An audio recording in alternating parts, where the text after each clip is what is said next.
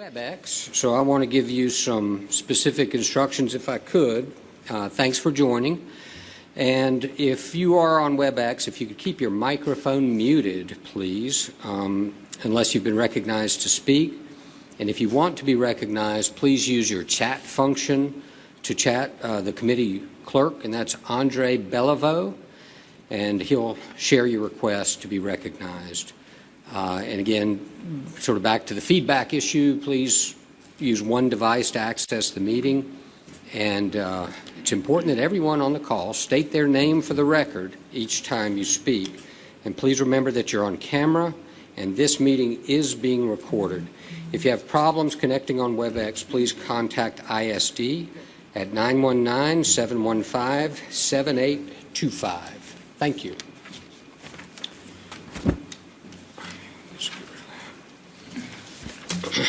So for those of you here in person, thank you for joining us today. We are here to examine certain aspects of the 2020 general election.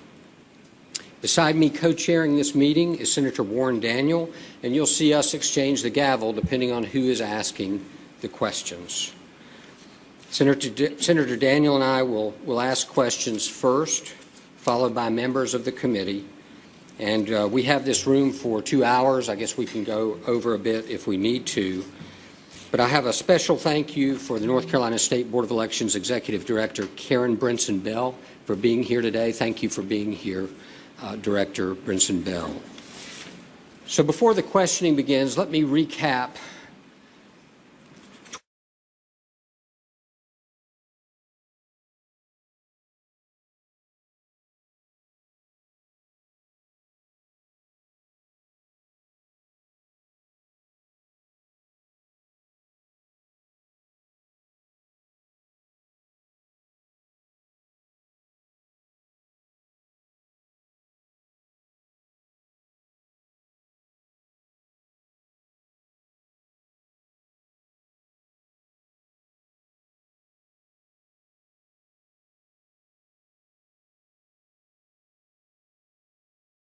and I don't see it that way. I'm equally as passionate about what we accomplished in a pandemic situation, unprecedented, and an unprecedented election that saw historic turnout. So I think we'll find equal passion. Fantastic. Thank you so much.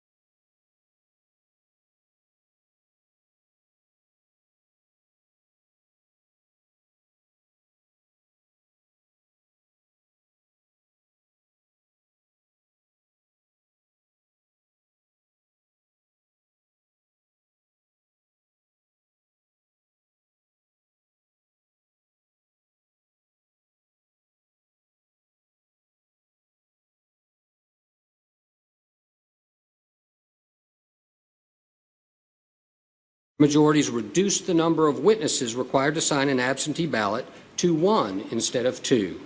Still, The legislature did not eliminate the witness requirement altogether, as Director Brinson-Bill had advocated.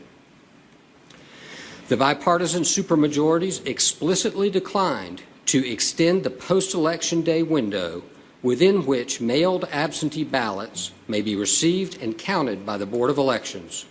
That window in the law remained 3 days. Over the summer of 2020, several lawsuits were filed in states around the country, including North Carolina. That litigation sought to change state election laws. In fact, the Democratic Party mounted a nationwide litigation assault on election laws. It was noted by 3 Fourth Circuit judges that some 385 lawsuits were filed to change existing elections laws in 2020. The judges called it, an avalanche of partisan and destabilizing litigation. None of those lawsuits were successful in our state at the time this settlement was entered into. Of note, and this is an important point, Federal Judge William Osteen upheld the bipartisan state law requiring 1 witness to sign the absentee ballot, and that was August 4th, 2020. 2 weeks later, on August 21st, 2020, the State Board of Elections, which Democratic Party appointees control, issued rules in compliance with Judge Osteen's decision. Those rules required 1 witness to sign the absentee ballots consistent with the law. Absentee balloting began in North Carolina 2 weeks later, on September 4th, 2020. The election was officially underway, and voters started casting ballots.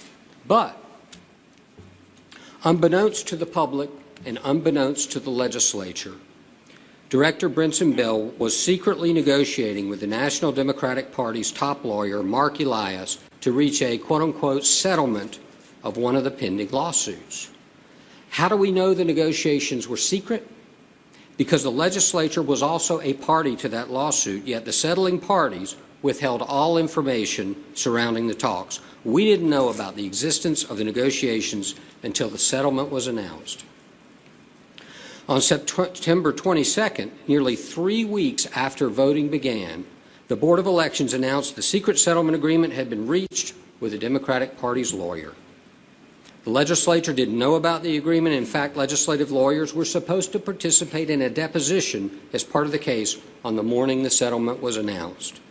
When legislative lawyers arrived at the scheduled deposition location, a lawyer for Attorney General Josh Stein claimed he didn't know why nobody else had shown up. But Josh Stein and his office participated in the secret settlement. And just 2 hours after claiming ignorance, that same lawyer filed a 28-page settlement agreement with his name on it on behalf of the Board of Elections. Not coincidentally, the secret settlement agreement achieved the policy goals that Director Brinson-Bell had requested that the bipartisan supermajorities had rejected. In the words of multiple federal judges, the agreement eliminated the witness requirement for absentee ballots. It also extended the absentee ballot receipt deadline for 3 days, from 3 days after Election Day to 9 days. Both provisions changed state law after voting began. Legislative leaders in both chambers immediately filed suit. Director Brinson-Bell and her lawyers claimed that the secret settlement agreement she reached with the Democratic Party's lawyer was a requirement of Judge Osteen's August 4th decision, which I described earlier. Yet, Director Brinson-Bell and her attorneys failed to even notify Judge Osteen of their secret settlement. When he learned of it, and he learned that Director Brinson-Bell claimed that he had required it, well, here's what Judge Osteen had to say. The board's action is, quote, an unacceptable misuse of the remedy created by this court's order. A state board's mischaracterization of this court's injunction in order to obtain contradictory relief in another court frustrates and circumvents this court's August order.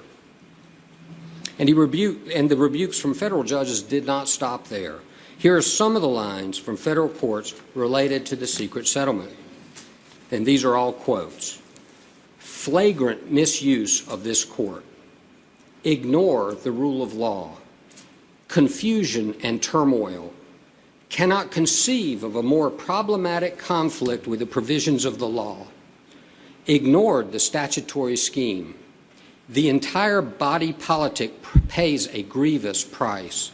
And finally, to witness our democratic dissolution in this manner is heart-rending. And there are other similar quotes. The actions undertaken by the Board of Elections under Director Brinson-Bell's leadership compromise the most essential fixture in our form of government, trust.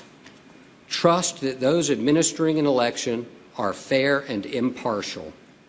I believe it is indisputable that when an unelected partisan panel secretly negotiates with a political ally to change election laws after voting has begun, confidence in the electoral process will be shaken. That is regardless of the political party involved.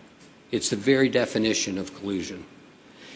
We're here today to get answers from you, Director Brinson-Bell, about your conduct, and to the extent you're willing to share it with us, about your motives for such conduct.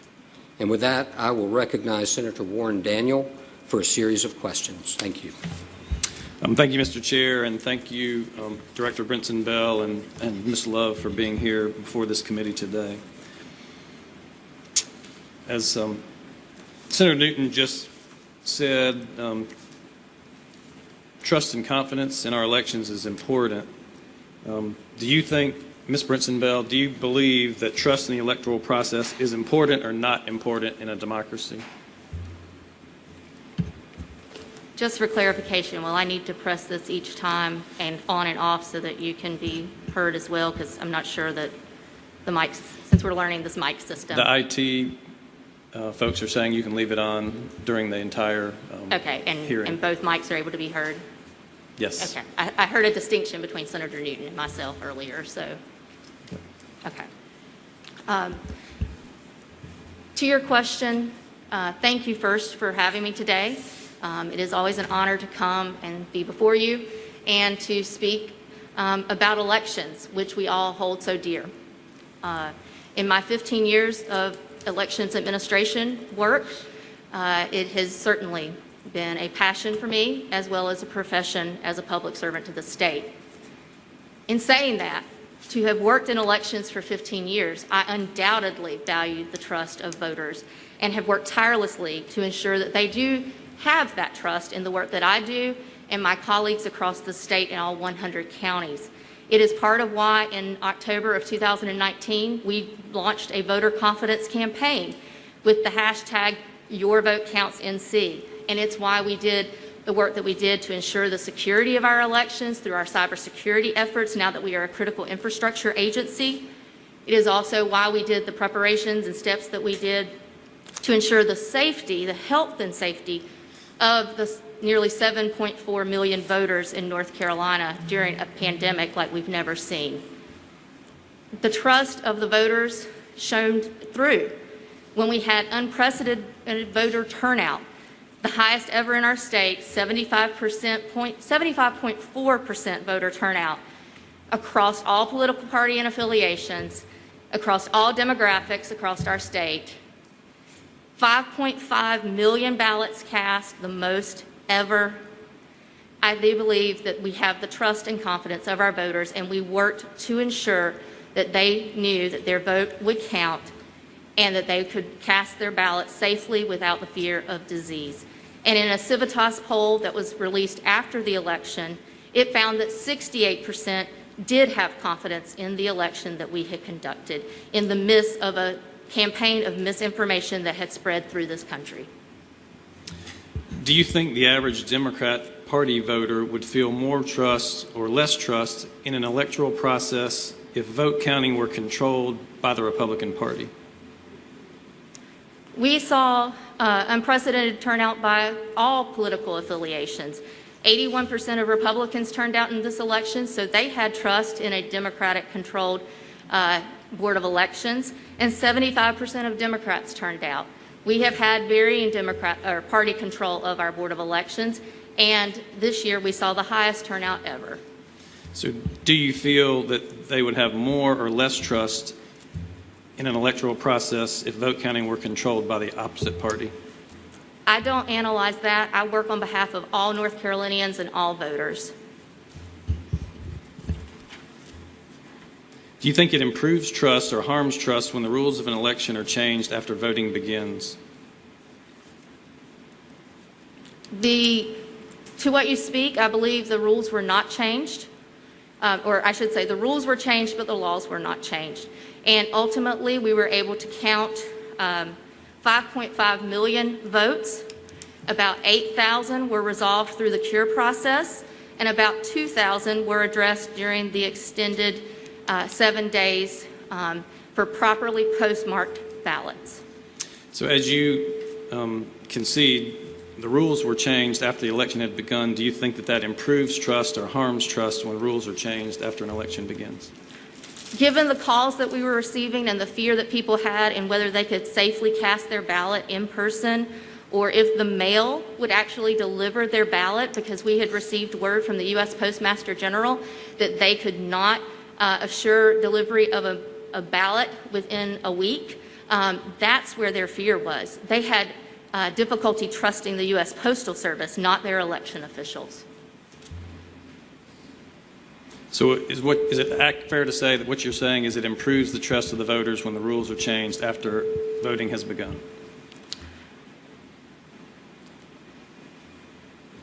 The rules needed to be addressed because of the pandemic.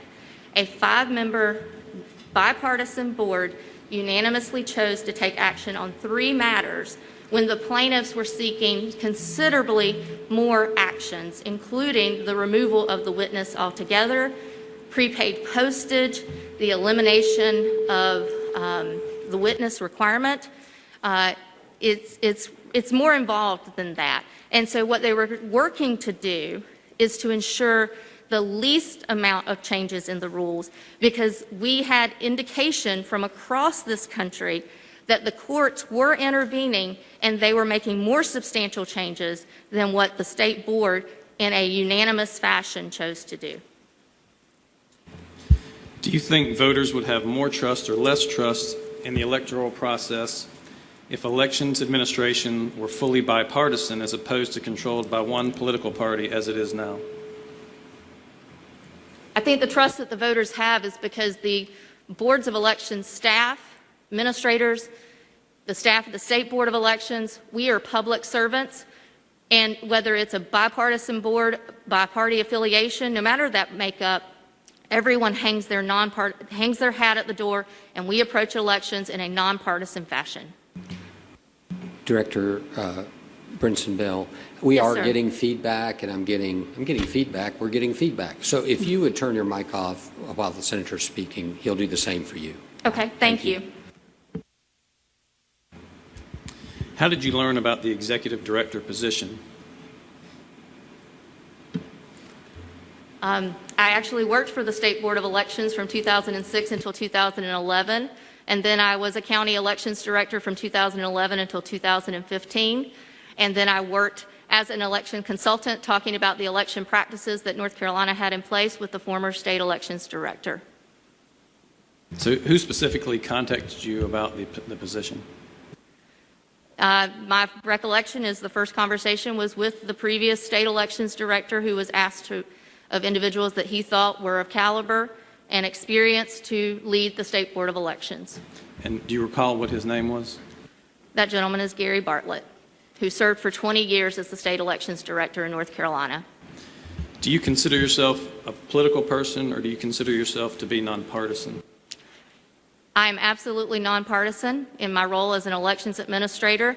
I cast my ballot as a citizen, like any other individual when I go into the ballot box, or ballot booth, or voting booth rather, sorry. But in terms of how I administer elections, you will find that I am a nonpartisan individual.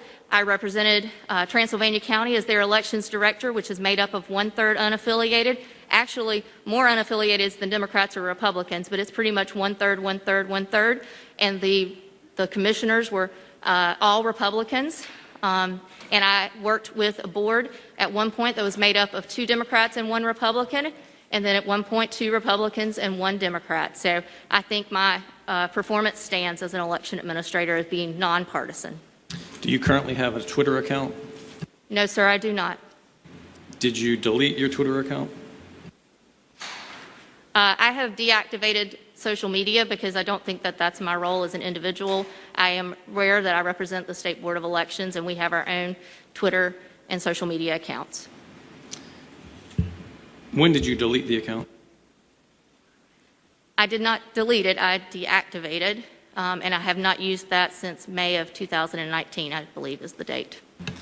So if you don't view yourself as a political person, will you share with this committee all of the tweets that were deleted or deactivated before your selection was publicly announced? I don't know that I would have to consider whether that's something that I should do in my capacity. I will say that most of my tweets were about ranked choice voting, which has been supported by Republicans and Democrats across this country, including my work with the Utah State Legislature. So were your tweets political in nature then? I do not, only to the effect of, I recall them being about ranked choice voting, which I do not deem political. So are you saying you will or won't release your tweets to the committee? I don't know why it's relevant. So you would prefer they remain secret? I would prefer just, I'm not going to, I think I would need to research that before it's appropriate for me to release tweets from an account that I no longer have. So how would you explain to the committee, should they take your claim to be impartial seriously if you simultaneously refuse to produce dozens or hundreds of past statements that you've scrubbed from the internet? I don't believe I indicated I scrubbed anything, but I don't see how that's relevant. My performance as an election administrator since 2006, and as I understood from the beginning, this is not about me personally, so why would my personal social media accounts be of concern? And just because of the feedback, I know we have to play the on and off game, but thank you for doing that. So at least as far as your position right now before this committee, you prefer that those tweets remain secret? I believe I indicated I don't know the relevance. So I take that for a yes. Senator Newton had previously read some of the statements from courts that had weighed in on these lawsuits, and so I'm going to go over some of those that I think are important for this committee to hear. And the first three are from Judge Osteen, and this is the first quote. "For the second time in this case, this court has serious concerns about the conduct of the North Carolina State Board of Elections." Second quote, "The State Board's behavior was a flagrant misuse of this court's injunctive relief, and your acts, quote, appear to ignore the rule of law." Continuing Judge Osteen, quote, "In all candor, this court cannot conceive of a more problematic conflict with the provisions than the procedures implemented by the board in the revised 2020-19 memo and the consent order," unquote. Judge Deaver had similar criticisms. He said, quote, "At bottom, the Board of Elections has ignored the statutory scheme and arbitrarily created multiple disparate regimes under which North Carolina voters cast absentee ballots."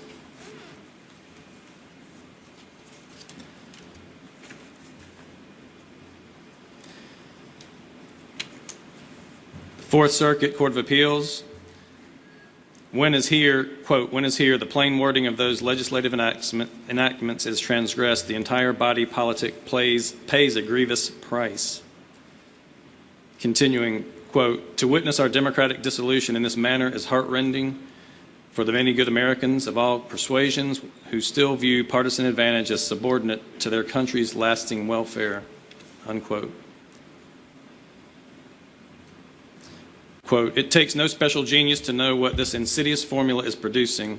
Our country is now plagued by a proliferation of pre-election litigation that creates confusion and turmoil, and it threatens to undermine public confidence in the federal courts, state agencies, and the elections themselves. Quote, then along comes the disruptive efforts of a state election board to upend the set of rules right in the middle of an election. The disruptors then hail their action as the new status quo, which is claimed to be beyond any power of disturbance. And Justice Gorsuch from the U.S. Supreme Court, the board's efforts not only offend the Elections Clause's textual commitment of responsibility for election lawmaking to state and federal legislators, they do damage to faith in the written Constitution as law, to the power of the people to oversee their own government, and to the authority of legislatures. Such last-minute changes by largely unaccountable bodies, to invite confusion, risk altering election outcomes, and in the process threaten voter confidence in the results, unquote. Ms. Brinson-Bill, I know the chairs of this committee believe that these are brutal indictments of your tenure at the Board of Elections. They're talking about actions taken at your direction or under your leadership. Quote, flagrant misuse, ignore the rule of law, cannot conceive of a more problematic conflict, democratic dissolution, insidious formula. These are all words used by the courts. So my question is, why should any Republican voter or elected official have confidence in you as the leader of the State Board of Elections? First of all,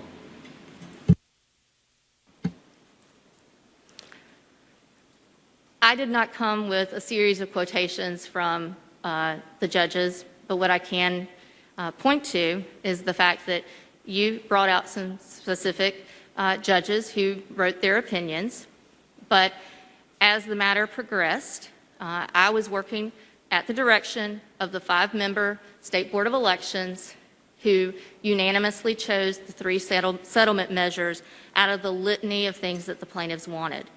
Ultimately, it went through a series of court decisions. The Fourth Circuit Court determined that the State Board of Elections had acted appropriately. It was appealed to the U.S. Supreme Court, who chose not to deny or interfere with the Federal Court of Appeals decisions.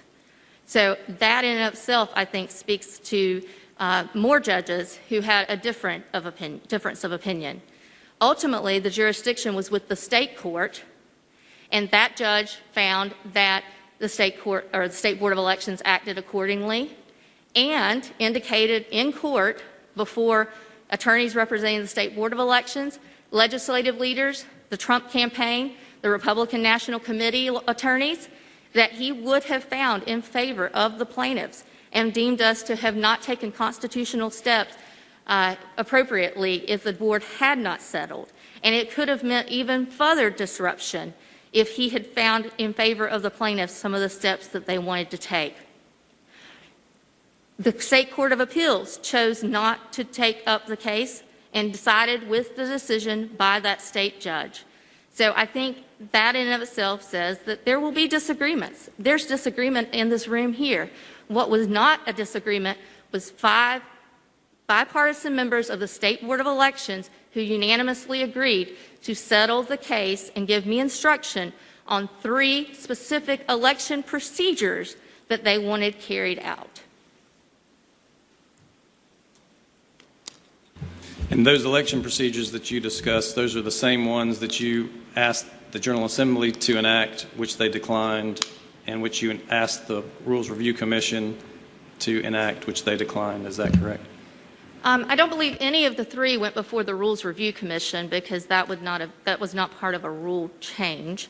To the effect that it was said that I asked for the elimination of the witness, that is out of context, because while I mentioned the idea of potentially eliminating a witness, I provided information to the effect that we could go to a signature verification process that is in other states as their validation of an absentee by mail ballot. And those are the 2 forms of validation that states use, is verification of an absentee voter either by validating signatures, verification of signatures, or through witness. So I never put forward to the state legislature to remove witness altogether without the context of also saying a verification. The state board in the settlement ultimately did not remove the witness.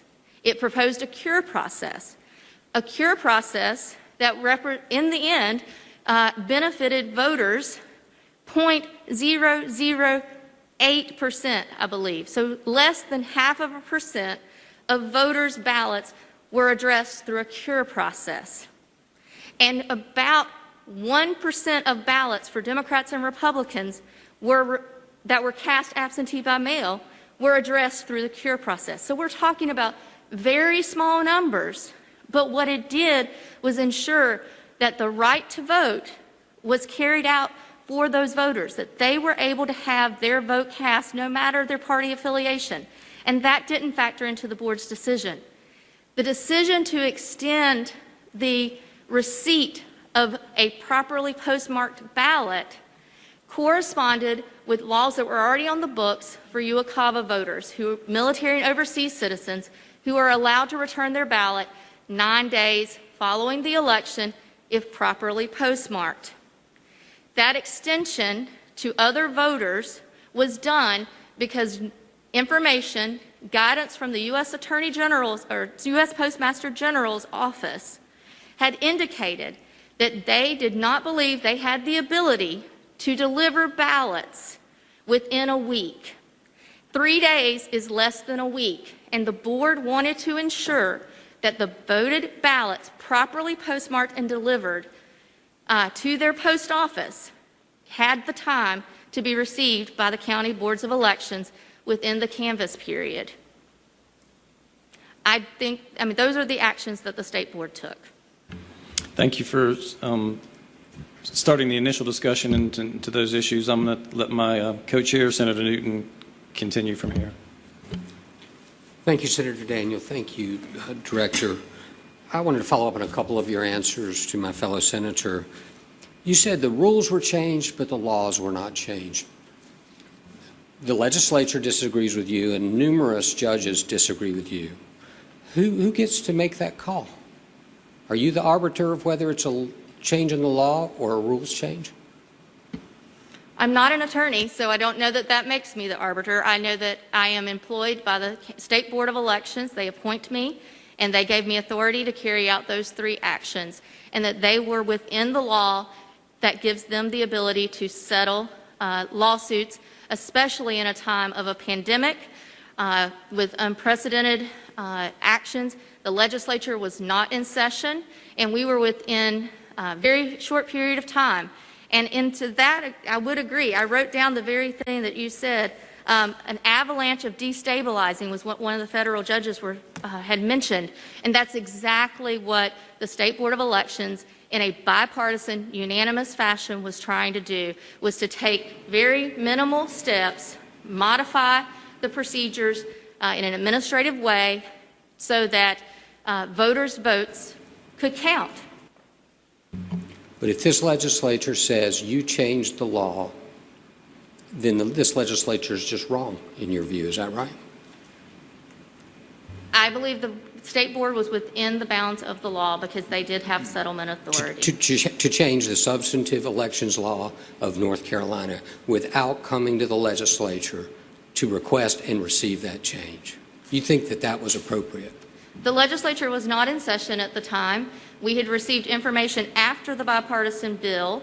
We were faced with the circumstances of being in court where the potential was there for the judge to enact more of what the plaintiffs wanted, and they were within the law to settle the case, and attorneys representing the legislature did brief the judge, as did attorneys from the Trump administration and the Republican National Committee.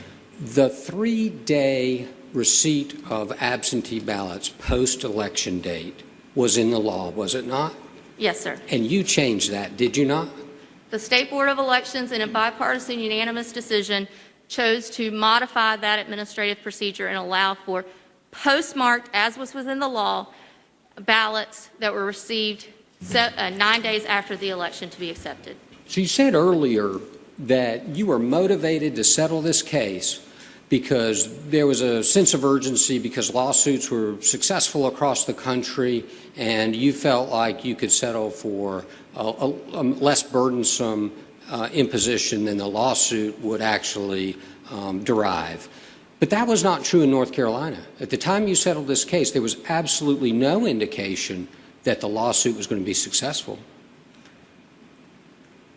We actually had 33 pending lawsuits at that point in time, and the closed session of the State Board to consider settlement was because of 8 lawsuits, including one that was just days from being before the judge. And the advice of counsel and indications from around the country is that the plaintiffs were making headway, including in neighboring South Carolina, where the witness was eliminated altogether because of court action, not the action by the legislature or their State Board of Election.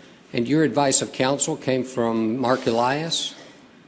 No, sir. I've never had any interaction with Mark Came from the Elias. Attorney General's office?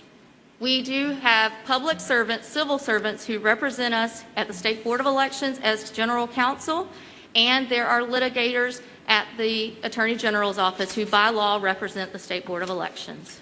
So when you first started to discuss potential settlement, did you discuss that with anyone outside the State Board's office, and if so, with whom?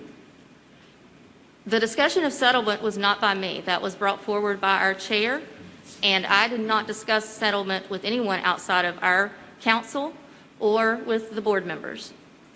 So you were not involved in the settlement negotiations?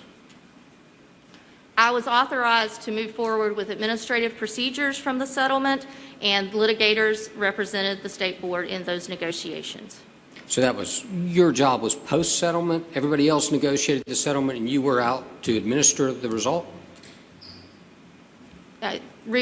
Say your question again, I'm sorry. Were you part of the substantive negotiations around the settlement? Or were you just given a settlement outcome and told to please go administer it?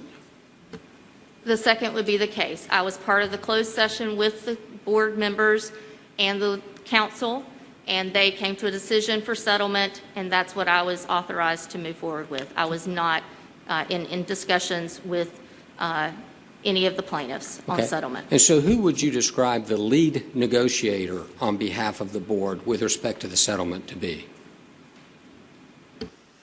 I would characterize that as Swain Wood from the Attorney General's office, I would believe would be correct. Thank you. So you never discussed the settlement with the governor's office or anybody in the governor's office? That was left to others? No, sir. I've never spoken with the governor's office about the settlement. Thank you. Do you know why the legislative defendants were not consulted about the settlement? I do not. That's something I would defer to counsel about. Thank you.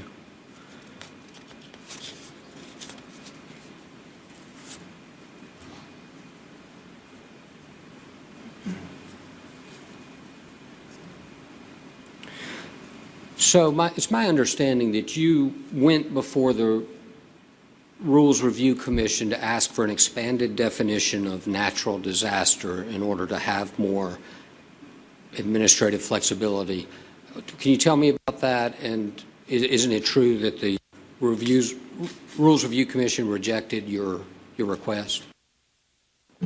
I can speak to that somewhat. In March, when we all learned of the pandemic, we recognized that there was one of the contests were close enough to justify a second primary. That was in the 11th Congressional District Republican congressional primary. At that point in time, we knew that we were all having discussions about an 8-week window for coronavirus, if only it had been just 8 weeks. But that would have been such that we would have been in the middle of voting and concerned about whether we should would need to postpone the election or possibly interrupt voting. We talked with the chairman of the GOP and the 11th Congressional District Chairman about using emergency action to postpone the 11th Congressional District Republican primary, second primary, to June, so that all voting would be outside of that 8-week window. Because at that time, President Trump and Governor Cooper had not declared a disaster, a declaration of disaster, we were not clear whether we should modify the rule that was existing, that had been approved by the Rules Review Commission with my prior state elections director's administration. And so we chose to create a temporary rule, which by the process goes before the Rules Review Commission after public comment, and we did so. That is what did not get approved by the Rules Review Commission. However, the rule that was approved during the prior administration did apply and holds, which did allow for natural disaster, and since then the declaration of disaster has been declared. Were you ever concerned during this process that you were actually changing the law in contravention of the legislature's position or law at that time? I believe I can answer that. Maybe you may want to, I may have you restate the question if I'm not answering to what you are addressing. But the concern at the time was, how do we address a pandemic? And the legislature was not in session when we needed to take that action. And so that's why I consulted with the Republican leaders and took the action at that point, because it did fall within the temporary rule that we had established, and ultimately within the rule that was already permitted.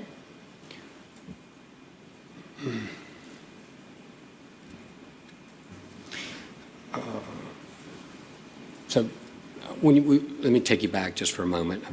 I apologize. So you talked about Swain Wood being the lead negotiator. Did the board chair also work with Swain Wood? Was he or she a co-lead negotiator?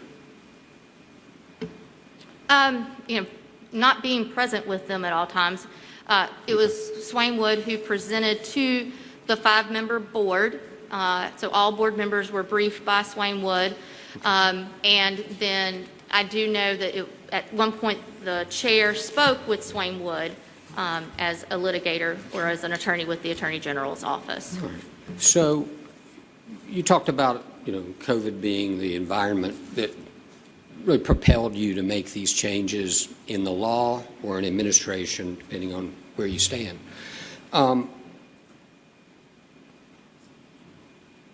You were aware, though, were you not, that in 2019 we had bipartisan elections law that had been passed out of the General Assembly, and that this body got back together post-pandemic to change the law, to create flexibilities for the very same reasons you're describing needed to exist. And those, we negotiated, we heard from you, we heard from others. So it seems odd at best that you're willing to try to change what the bipartisan legislature agreed to do in consideration of and in the midst of the pandemic. But maybe that's just, if you feel like you've answered that question. Maybe I'm happy to elaborate. That's okay. Are you sure? Yeah, okay. yeah. I think I see the picture. The cure provision that you changed, it's your view that that was not a change in law, or was that, is that your view that that was not a change in law either, just like the days post-election to receive absentee ballots? You changed the cure provision, which at least one judge described as a nearly meaningless certification by the voter that completely eliminates the witness requirement.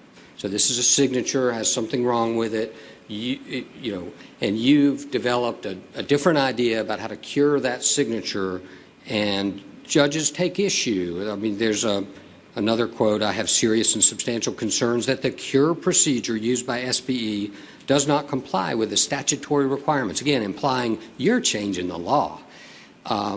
But you don't believe that was a change in law, huh? So the cure memo actually came about because of the case that went before Judge Osteen that was separate from the settlement, even though ultimately the settlement did, have implications to the cure memo.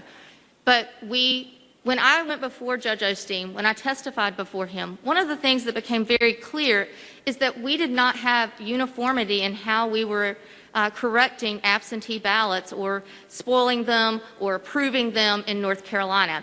My predecessors had not issued such guidance in the form of a number memo, and we wanted to have uniformity across the state.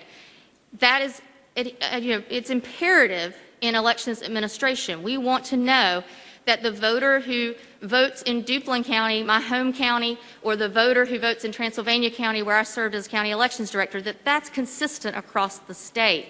And so when we completed that hearing, that was the directive of Judge Osteen, was to write a cure memo, essentially.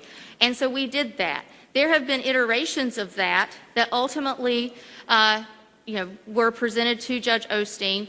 The third iteration did allow for a voter to cure the information if a witness name, printed name or address were left off.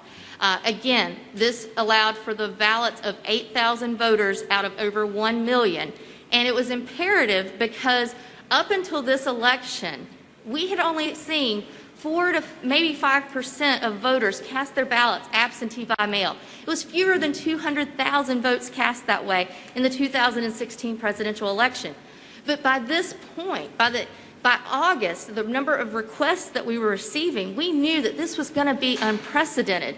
At one point, we thought we might see 30 to 40% of our ballots cast absentee by mail because of the fear that North Carolinians had about going and voting in person at that point in time.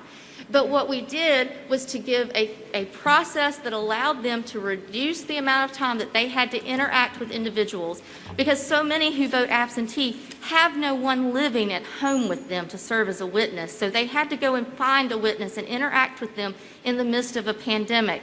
But to know that it was not being uniformly administered across the state was something that we had to resolve. That's something we've worked to resolve since my 18 months as state elections director, and we did that this time with the direction from Judge Osteen. So I find it interesting that you say that, but Judge Osteen was highly critical of the steps that you took.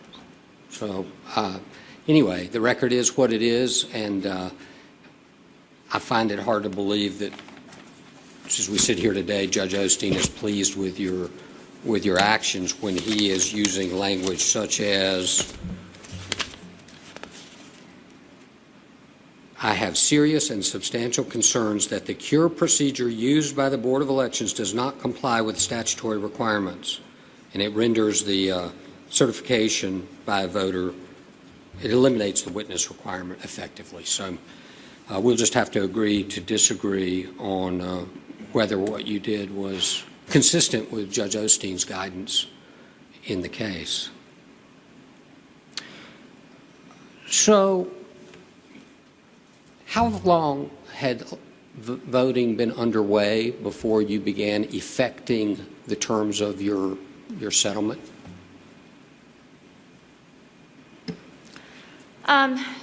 As I recall, we issued our, well, I do know this for a fact. On September 4th, we were the first in the nation to issue absentee by mail ballots. And then the settlement, the state board met on September the 22nd, and I believe it was just a matter of days before that there were conversations being had as to whether we should call a special meeting and discuss settlement. Okay. So what I've got is, you settled with Mark Elias on September 22nd. 3 weeks earlier, though, but the record's clear that you effected these changes to voting procedures law after voting had begun, correct? 2 weeks, I believe. Was it 2 weeks or 3? The voters were able to return their ballots at that point. I don't believe we had started having the absentee board meetings where county board members approved those ballots. Wow. I'd have to look at the calendar to recall. Can you find it? Where's that?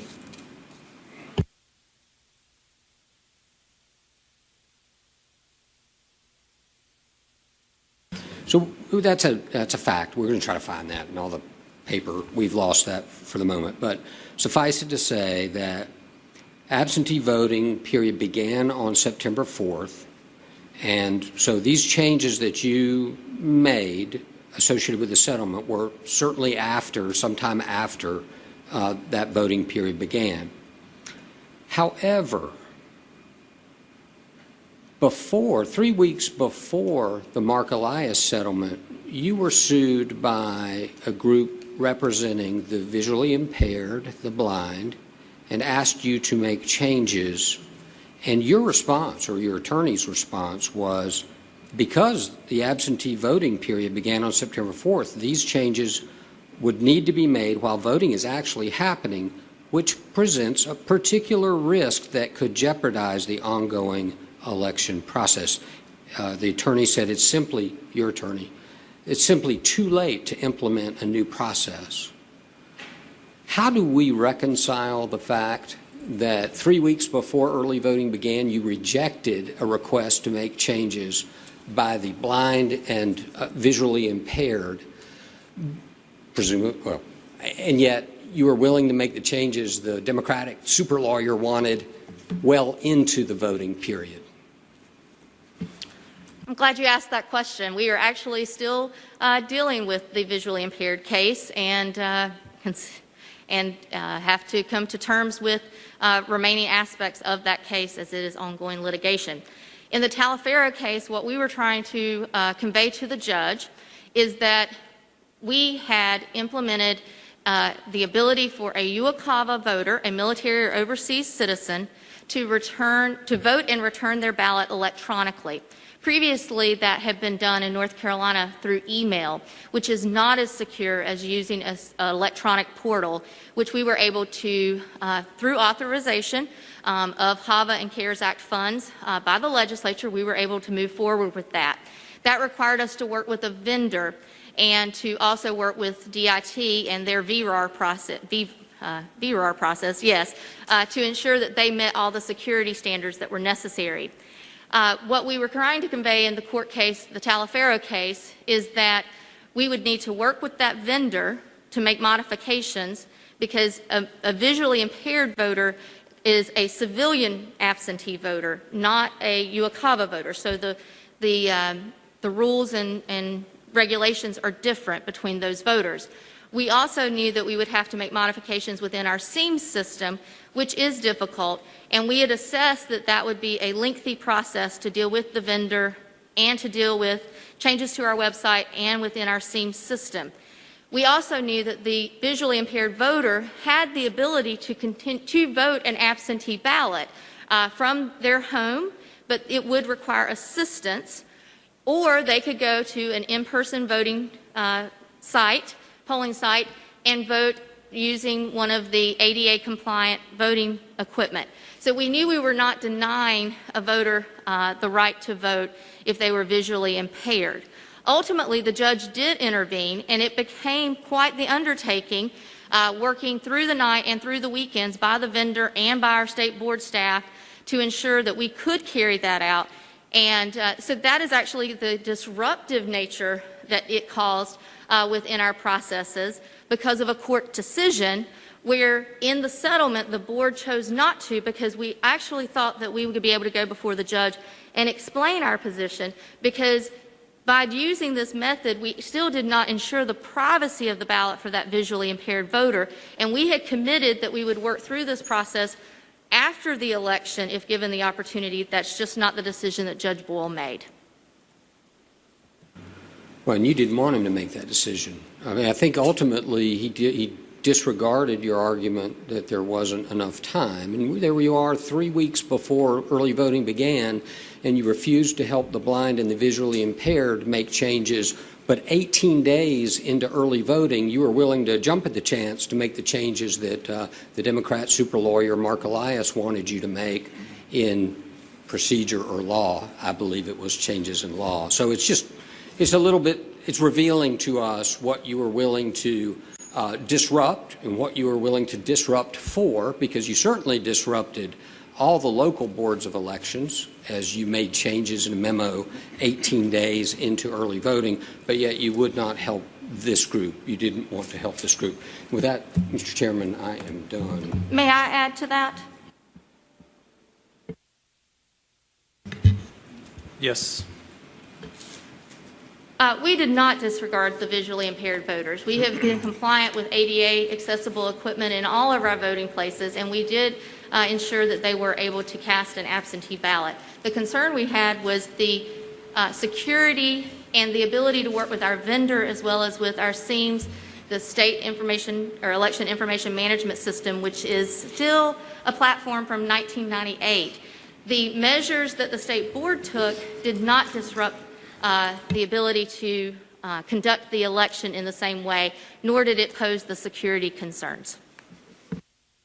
I want to go back to the negotiated settlement talks that we were discussing.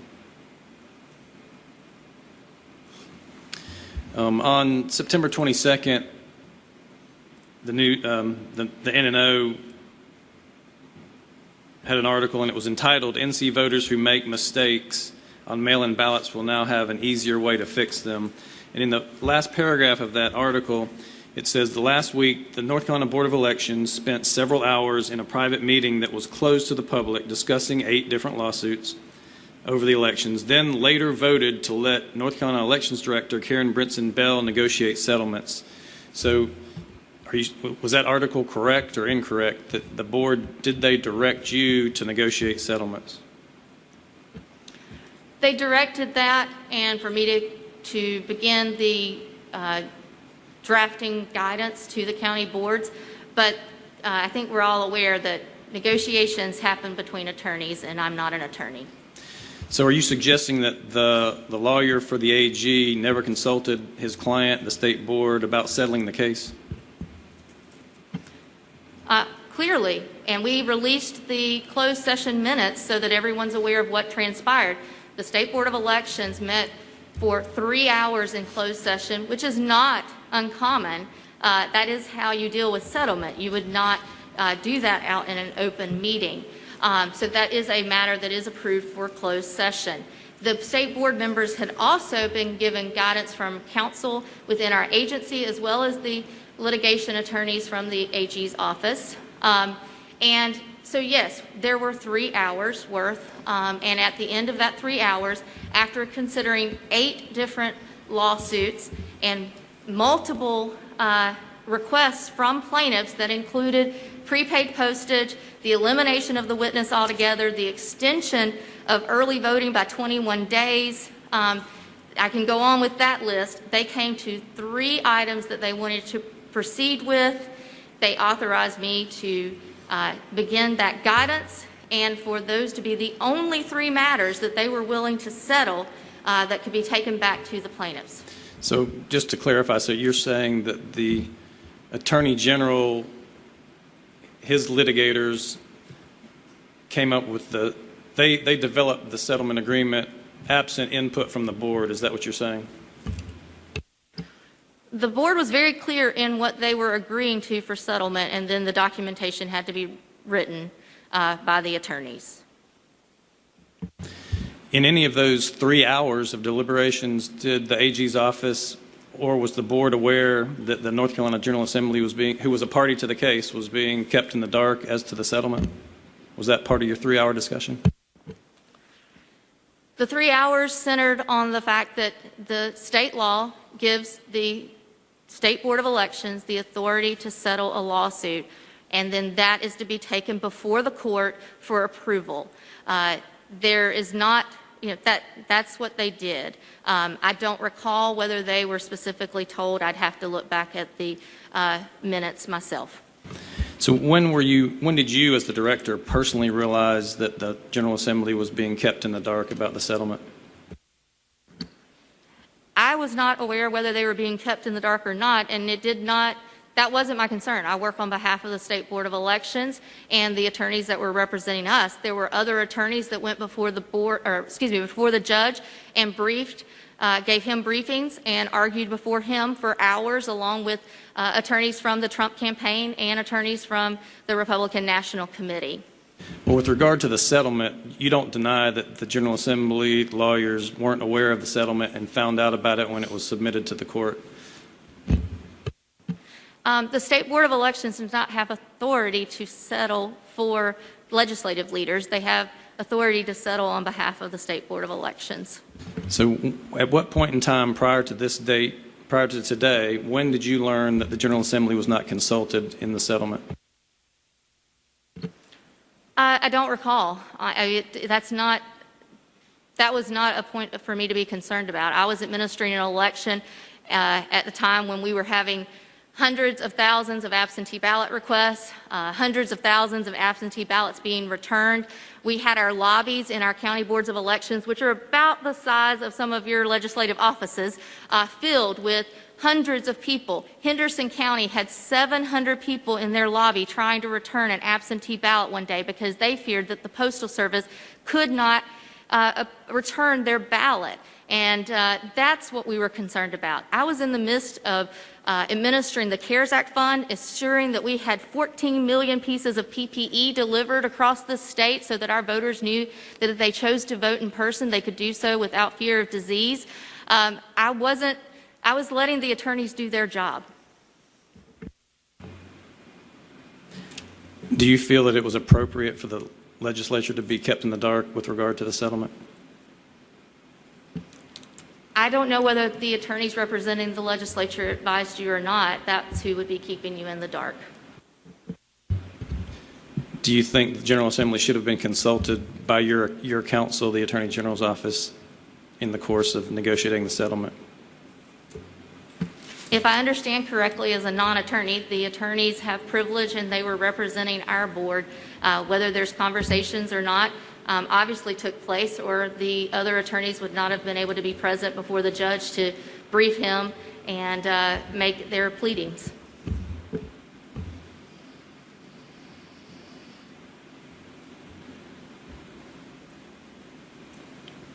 So whose decision was it to agree to the terms of the settlement? Was it the Attorney General, Stein, or was it the board? If I understand your question correctly, I believe I've stated there were 8 cases that were brought before the State Board of Elections in closed session to consider settlement. They had a litany of items that they were wanting and seeking as plaintiffs, including prepaid postage, the extension of early voting, the elimination of the witness altogether, the removal of the assistance requirements, and our State Board of Election members, 5-member, bipartisan, unanimously decided to not agree to all of those items and specifically defined 3 items that they were willing to negotiate.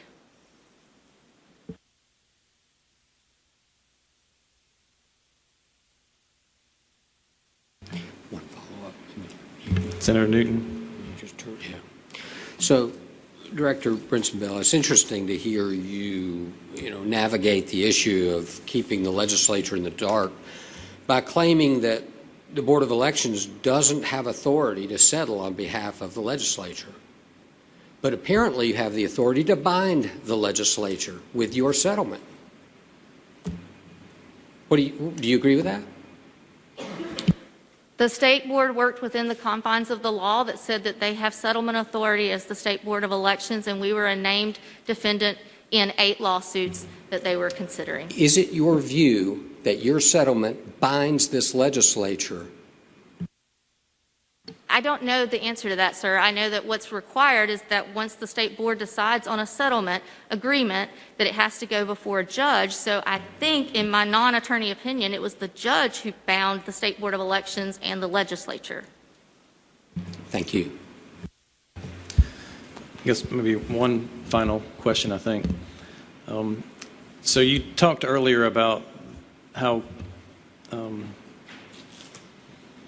how few votes were affected by the cure process and so forth. And I think maybe one of our other members may want to get into those statistics. But did it ever bother you, or did you ever feel that there was a conflict of interest? We know that Attorney General Stein won the second closest election in the 2020 election by a margin of somewhere around 0.25%. Did it ever bother you that you had a candidate in one of the closest elections in the state that was controlling the decisions that were being made that changed election laws after voting had begun? I knew that the people we were working with and that we work with in and day out are civil servants. We were not in contact. I was not in contact with Attorney General Stein about this matter. You know, if I want to talk about election officials and how I feel about them being involved with candidacy or individuals who are candidates, you know, it concerns me, unfortunately, that many of my colleagues around this country are actually elected officials. I'm not. I'm appointed, but I'm a public servant who has worked in elections for 15 years. So, you know, we were not talking directly with Attorney General Stein. We were talking with civil servants who represent the State Board of Elections by law, and we were not paying outside counsel or anyone to represent us. We were represented by the individuals designated in state law. So you mentioned earlier that I think Swain Wood was one of the lead negotiators in this settlement. Do you know what his position is in the Attorney General's office? He's one of the lead advisors. I don't recall what his exact title is. So is he not the personal general counsel for Attorney General Stein? I'm not sure if that's his title or not. All right. Any members of the committee who would like to ask a question? So let me start with Senator Kravick, and then we'll Senator Edwards and Senator Perry. Thank you, Mr. Chairman, and thank you, Ms. Brinson-Bell, for being here. You said earlier that the rules were changed, but the laws were not changed. But the rules were a direct violation of the law. How do you not see that as a change of law? I know that we differ on this question. It came up with the House Elections Committee. I think what I would like to do is put it in context of the State Board was working within the law because they could settle a litigation matter. In this case, 8 lawsuits. What they did were essentially procedures, changes in the election process, in how we would administer this election. It did not eliminate witnesses. It gave clarification to how deficiencies in absentee ballots could be considered for approval by the county board bipartisan board members. It also gave clarity to what was in the law of postmarked ballots being accepted, and that did extend beyond what was in the law, but it did so in the pandemic situation that we were faced, and after receiving information from the U.S. Postmaster General that said that they could not deliver ballots. And so we were faced with the potential of voters not being able to exercise their right to vote and have their vote counted.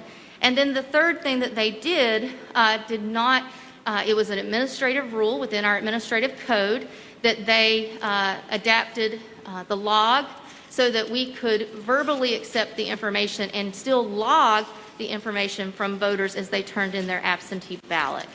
So that is why I don't see it as changes in the law. The board was addressing an unprecedented situation and trying to make sure that we were in a very minimal way ensuring that elections could be carried out, that the votes of all voters could be counted without a substantial disruption by the courts, who seem to be leaning towards granting much broader allowances that the plaintiffs were seeking, because we had been seeing that carried out across the country, and most recently, to my recollection at that time, was in neighboring South Carolina. That was, they had completely removed the witness requirement. Follow up, Mr. Chairman. Follow up. A couple of times you referred to the 5-member board voting unanimously. Is it not accurate that 2 of those board members resigned immediately after because of what they felt was inappropriate and that they had been misled? Is that accurate? Actually, I don't think that that is accurate. All 5 board members were briefed by our attorneys, our in-house attorneys, with a lengthy bench memo that we normally keep as privileged, but they did decide to release that. They were also briefed by the litigation attorneys. Documents were provided to all 5 board members in advance, and then all these attorneys were represented during the closed session and gave information. And as you can see, in the disclosed closed minutes, the board deliberated for 3 hours. All 5 board members were present. All 5 board members were exchanging questions and their positions and their thoughts, and then they all unanimously agreed. As I recall, it later came out in the news that one of the board members, his wife indicated out on social media that he was forced to resign. And in his letter of resignation, it actually does give acknowledgement to the success that has happened in my time as leader of the State Board of Elections as executive director. These 2 gentlemen had extensive experience as county board members. They have my utmost respect then, and they do now. We met routinely. They had served as county board members for lengthy periods of time, and whether it was in this closed session or whether it was in meetings that we had as state board or with them one-on-one, they continually asked the question, how does this affect elections and how does this affect the county boards in their conduct of elections? Because they knew that firsthand. So I don't believe that they, I think that there is still some question around their resignations, and I do regret that they have resigned because they were 2 fine board members and they are very fine gentlemen. Follow up, Mr. Chairman. Follow up. I want to just read you part of a resignation letter from one of those 2 gentlemen. He says, regarding the settlement agreement with the plaintiffs in the lawsuit filed by the North Carolina Alliance for Retired Americans against the State Board of Elections, attorneys from A.G. Stein's office did not advise us of the fact that a lot of concessions made in the settlement had already been denied in a prior case by a federal judge and another case by a state court 3-judge panel. Secondly, we were led to believe that refusal to make a deal that included the extension of mail-in absentee ballots past the legal acceptance date would also result in the elimination of the 1 witness requirement for residents voting absentee by mail. That sounds like he was misled to me. It's unfortunate that was stated because I believe if you look at the released bench memo that had been privileged, and perhaps that's why he did not write in such a way that would release privileged information, but ultimately the board did choose to release the bench memo and the documentation of the minutes, and you will find that all 5 board members were very clear in their questions and in their consent and in their vote. So do I understand you to say that what Mr. Raymond is saying is not accurate, that he was not misled, that he did not misunderstand, that he did not get the information from the Attorney General's lawyers? Is that what I'm understanding you to say? I certainly don't want to say whether Mr. Raymond was misunderstood or did not misunderstand. That's not for me to say. I do happen to know that what he's addressing was presented in a bench memo to the board members, and that was released for transparency purposes. So knowing that that information was provided to board members in advance of the closed session, and then we had 3 hours with council present, it's unfortunate if he felt like he was misled, because I do believe that information was provided to him. I just find this, I just find the actions that the board took last fall was just quite remarkable. I do think that you did change election laws, and I'm not a lawyer either, so all of my colleagues, many of my colleagues up here are. I'm not a lawyer. But when you change a rule that changes a law, the law has been changed. So we beat that horse to death, I know, so we're not going to agree on that. But I don't know how anybody can think, other than lawyers, maybe lawyers can figure that out, but I could never think that that would be not changing a law, which this body is where the laws are made and the laws are changed. So, we're going to disagree on that. As far as, I want to touch a little bit on the... So I think the senator is recognized for a series of questions. Sorry, Mr. Chairman. I do want to ask a question about Election Day. And I know you extended the return of the ballots and all of that.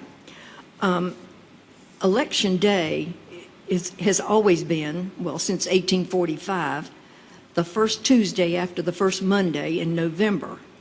That appears to me, and I think to most citizens, that that should be the day that those ballots are counted.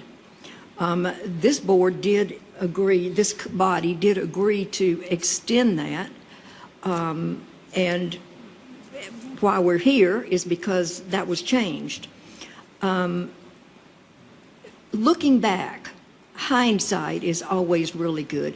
Based on, and I know you don't think that the voters have lost trust in the system. I do. I absolutely do.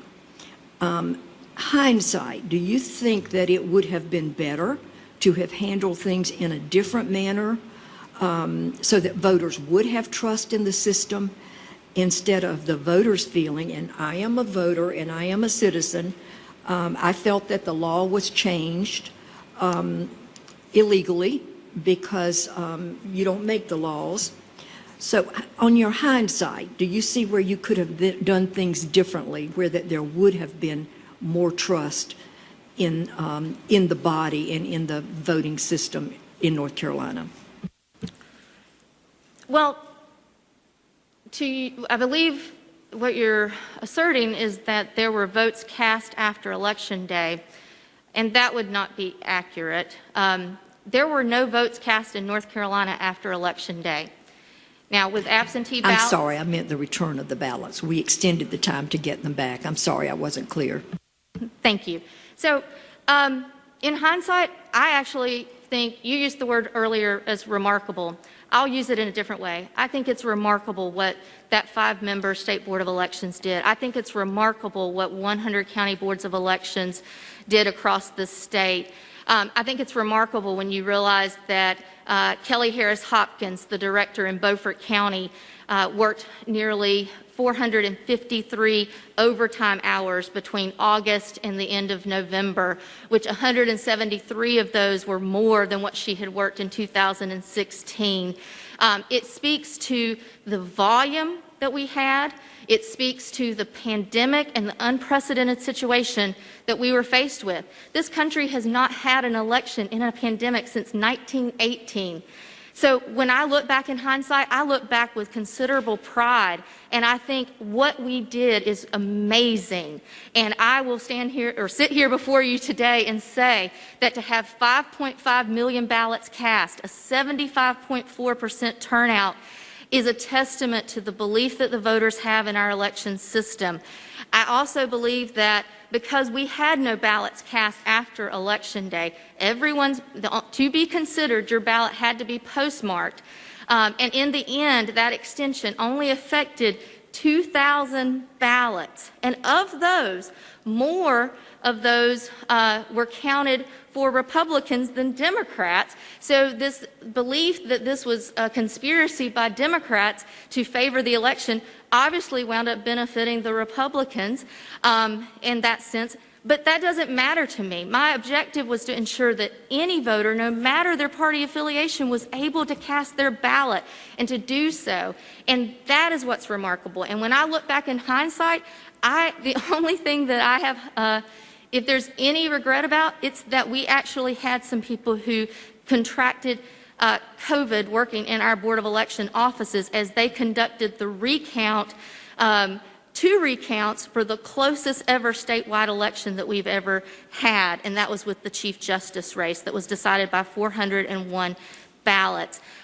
Looking back in hindsight, I have no regrets. We actually have a report from the Department of Health and Human Services that says that there are 0 clusters of COVID associated with voting, and that's what the remarkable 5-member unanimous decision by the State Board of Elections accomplished. So that's what I look back on in hindsight.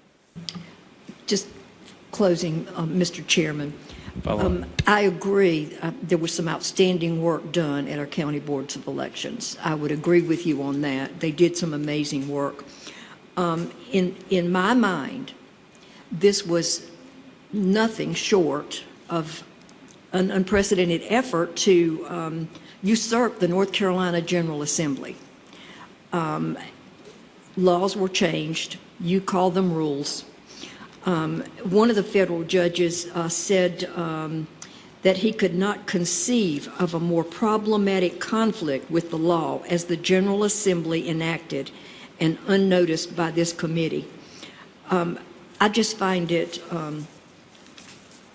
amazing that you still believe that you didn't change a law when it's conflicted with what obviously this General Assembly had intended.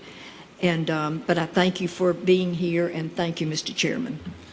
Thank you, Senator Krovic. Senator Blue, you're recognized for a series of questions.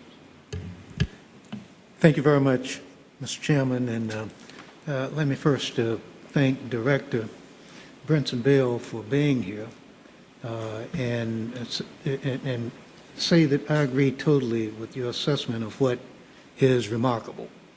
I listened to the discussion, and I compare what we've done in North Carolina with what's happened everywhere else.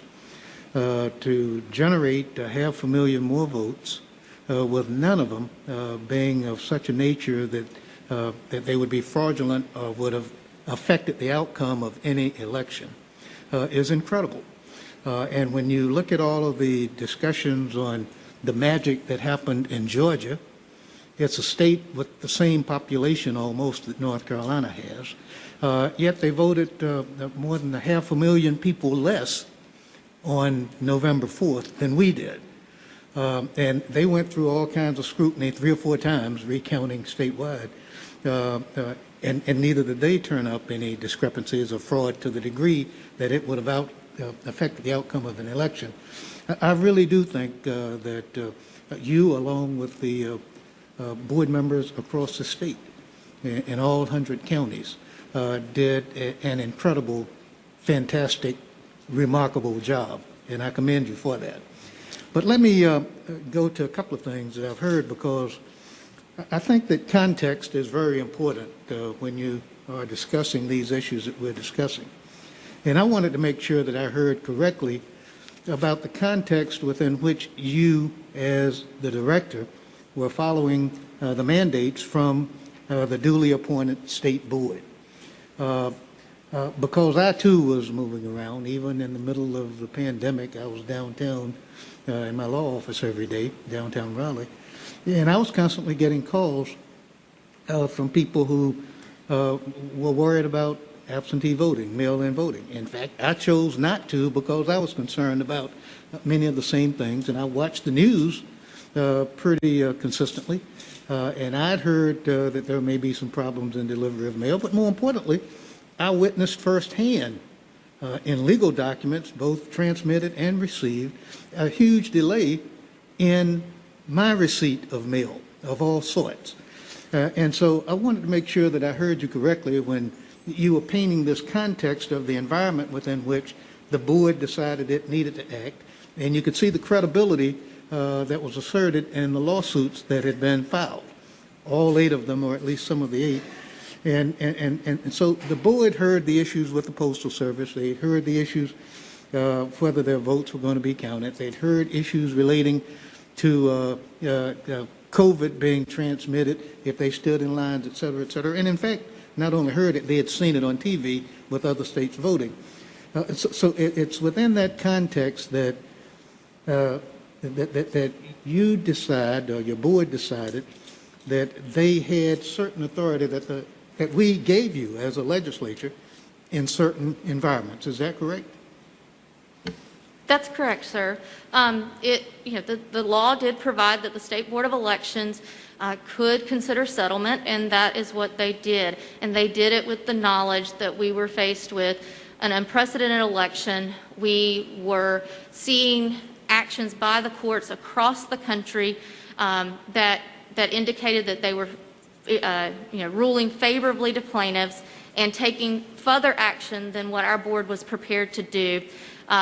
They were considering the fact that we had received information from the U.S. Postal Service and from the U.S. Postmaster's Office indicating delivery issues with the mail. We implemented ballot tracks so that voters could track their ballot as it left the Board of Elections and then as it was returned to the Board of Elections. And they could see for themselves that it was not as quick a turnaround as what they were accustomed to, even with the additional procedures that the Postal Service tried to put into place. We were seeing, as I mentioned, like in Henderson County, where 700 people were showing up. That's more than we'll see in a precinct on Election Day in a lot of places. And yet we had that number of people standing in line to return their absentee ballot because they feared that the Postal Service was not going to deliver their mail, their ballot that they had taken the time to cast and have witnessed. This was the reality of what we were living through. We were, trying to set up polling places that could allow for more social distancing. We were trying to ensure that every voter would have a mask, that every voter would have a single-use pen. We had redesigned our absentee ballot envelope to be more user-friendly in hopes that people would be able to execute that ballot effectively because we knew that we would see more individuals vote absentee by mail. I mean, ultimately, we had 18% participation in our state absentee by mail. That's 6 times more than what we had seen, or 5 times more than what we had seen in 2016. This is what was weighing on those state board members. This is why, when we talk about whether it was a bipartisan decision or not, Secretary Anderson, was really concerned about how we would proceed about the witness.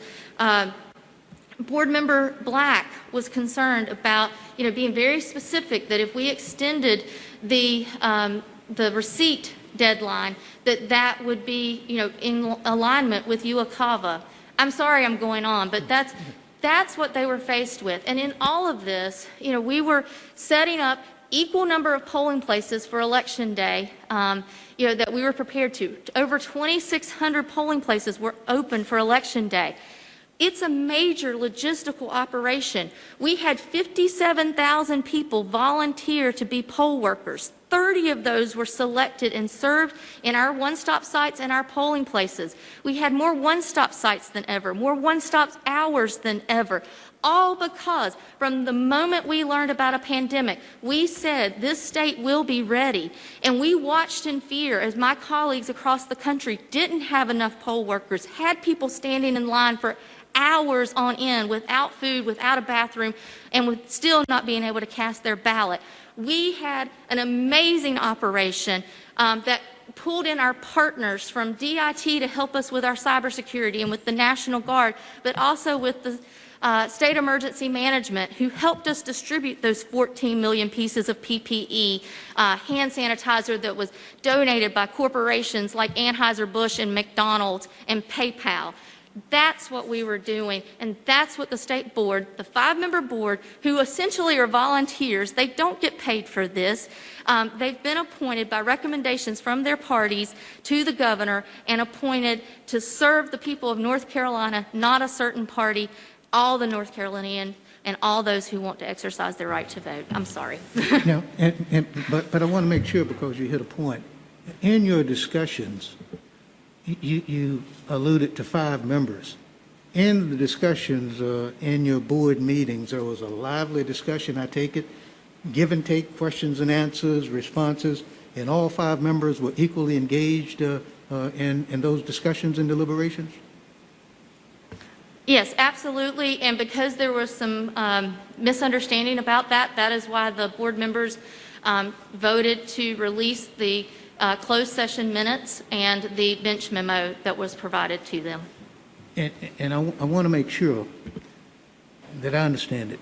And the board took action in settling the lawsuit, the one that's the subject of the discussion here. We heard quotes from cases from judges, and I was trying to mesh those with what my limited understanding of the specifics in these cases might be.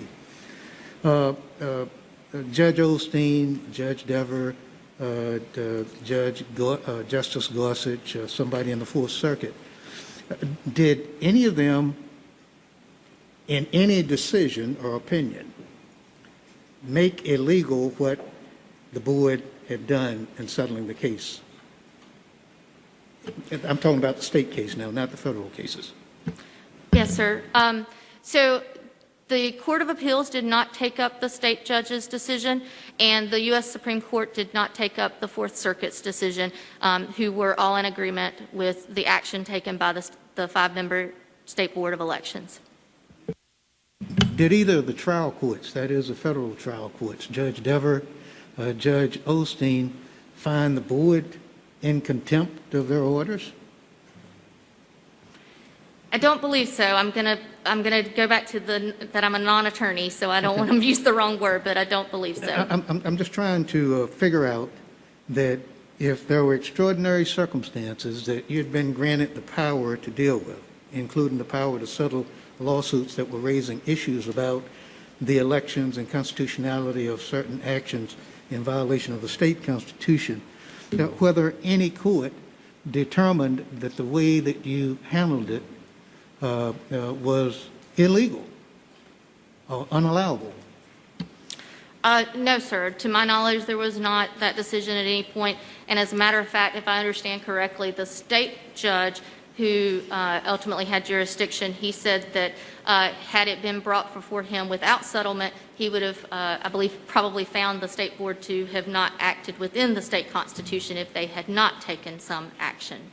So again, so that I understand it, so it's either dicta or in a dissent that the actions of the federal judges, that is the quotes that we heard, would apply. That is, it's something that really doesn't resolve the case, but just some comments that they may have been making, or something that they said in a dissenting opinion because they didn't agree with the majority. I'm trying to figure out the context of what was read to us that the judges said with respect to how the case progressed on, and in fact determined at the end that what you did was legal. I will do my best to state this in the way I understand it. That is correct. I believe the comments or the quotations that have been cited were from dissenting opinions or opinions outside of the decision of the court, and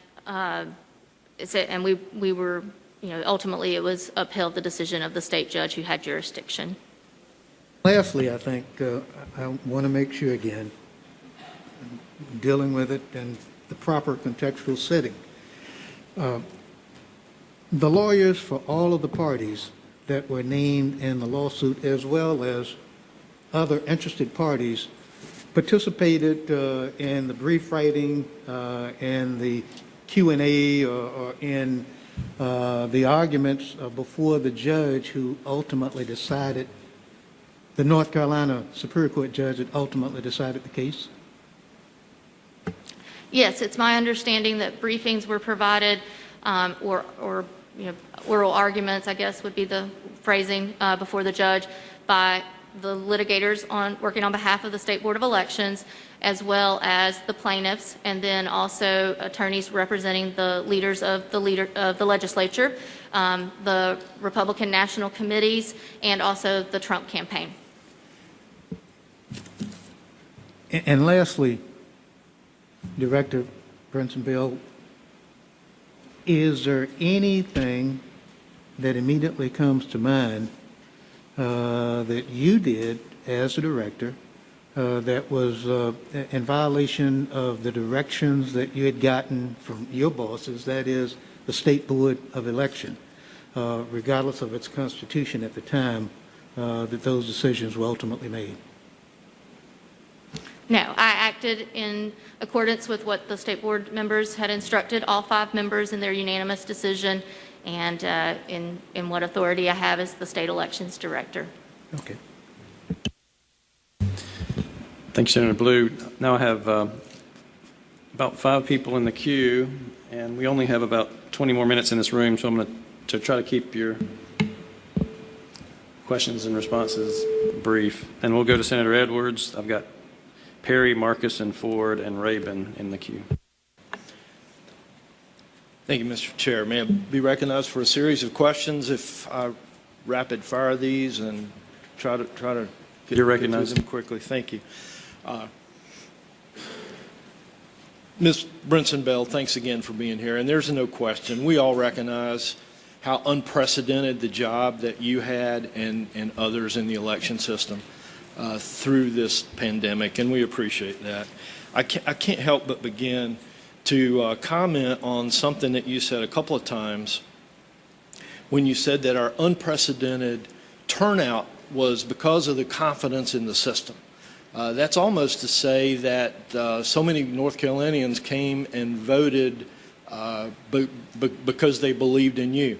I'd like to suggest that the reason so many people came out to vote is because they are so concerned with their system of government and that they want to be involved. And even if that were the case, that they came out solely for the purpose of the belief in the integrity of the system, I can assure you that is not the case today. I have heard from so many North Carolinians that they're gravely concerned. You've heard concerns here from this panel, but I can assure you that we are speaking on behalf of millions of North Carolinians that are concerned with the way that things have gone. With that, just a couple of lines of questions. You referred to the tweets as irrelevant, or that you questioned the relevance of releasing those tweets to this committee. It's obviously the opinion of the chairman. It's the opinion of myself, and I believe that it would be the opinion of millions of North Carolinians that those would be relevant. So given the fact that so many other people believe that the social media messaging of you maybe a year before your appointment would be relevant, would you be willing to release those tweets? Again, I don't want to. I was asked to come today to speak about the conduct of the 2020 general election. I did not come today to prepared to talk about an old Twitter account, so I don't think that it's something that should be addressed at this time. All right, I would beg that this committee and lots of folks would believe that there's some relevance to that, and so I believe that I hear you answering no. Is that correct? You would not release those? I came today asked to speak about or answer questions about the 2020 general election. I'm not trying to be evasive, but this was not something that has been brought to my attention, nor has the State Board of Elections that I work for asked or me to produce such a thing. All right, so I'll take that as a no. You did mention that you needed to research before you release those tweets. Can you tell us the criteria that you would use in your research, whether or not you would release those? Please, in all due respect, this was not a line of questioning I was expecting. Okay, understood. Thank you. In the interest of time, we'll move on quickly. You referenced with Senator Daniel the cure memo regarding the witness requirement. Do you recall the number memo that listed those cures? You mean the actual memo number? Yes. I believe it's 2020-19, but I'm not certain because of this unprecedented election. We actually issued 32 numbered memos last year, so forgive me if I don't remember that exact number. All right, understood. I know we deal with a lot of numbers, a lot of document numbers. I'm looking at 2020-19. I don't believe that that's it. There is a section in here, however, that I'd like to ask you about. You made the statement in this memo that the voter's signature on the envelope shall not be compared with the voter's signature on file. And you go on to say, absent of clear evidence to the contrary, the county board shall presume that the voter's signature is that of the voter. Can you give us some examples of what the absent of clear evidence would look like? This is direction that we're giving to 5-member bipartisan county board members as they try to effectively consider approval or disapproval of absentee ballots. What comes to mind is a lack of signature, perhaps, or when someone potentially doodles. In my time in elections administration, it's interesting what you will see marked on an absentee envelope or marked on a ballot. But our state law is very specific, or actually lacks the specificity of signature verification. We validate, as I mentioned earlier, by witness, and the witness attesting that that person was who, the voter was who they said they were. Do you think that we should have a signature requirement? I think, if you recall, one of the recommendations I made to the legislature was if we did not have a witness, then we should have a signature verification. We need to be careful about signature verifications. Individuals who have suffered a stroke or have become paraplegic, for example, even as we age, and I think about my grandfather having palsy, his signature changed over time. We also need to be careful about holding absentee voters to different standards than the voters that we have voting in person, where we do require a signature, but we don't do a signature verification there in the middle of the polling place, nor would we have the capacity to do so, really, or it would be a very difficult thing. So I think it's something that we can't work out right here. It's a discussion that has to be researched. Okay, thank you. Mr. Chair, I would have many more questions, but I understand there are other folks that have questions as well, so I'll yield. Thank you. Thank you, Senator Edwards. Senator Perry, is yours quick? Or would you want me to? Did you still want to be recognized? Mr. Chairman, I'd like to have my 30 minutes like everyone else, if I could. No, it's very quick. We're trying to see if we can extend our time in the room, but we're waiting on the House to let us know that. Thank you, Mr. Chairman. Director Brinson-Bell, thank you for being here today. Quick question. The percentage of ballots that you said were impacted by the cure process earlier when this began, do you remember what that was?